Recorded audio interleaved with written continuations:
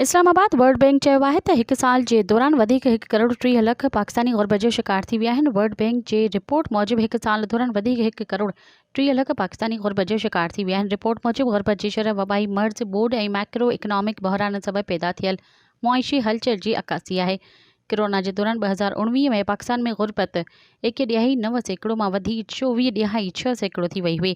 Corona खां पोइ ॿिनि दौरान ग़ुर्बत जी शरह घटिताई थी ऐं 2022 में उहा शरह 17.1% ते अची वई।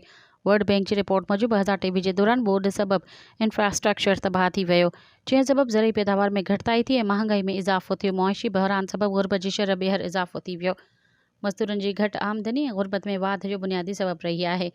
माण्हू आम ॾींहं में बहितर आमदनी वारी रोज़गार तरफ़ मुंतक़िल थी विया आहिनि। रिपोर्ट मूजिबि 2024 में मईशत जी बहाली जो अमल शुरू थियो आहे, जंहिं सबबि हिन साल ग़ुर्बत जी शरह घटि थी 8.7% ते अची वेंदी। सब्सक्राइब कयो अवामी न्यूज़ HD खे ऐं ताज़ा तरीन ख़बरुनि लाइ ॾिसंदा रहो अवामी न्यूज़ HD।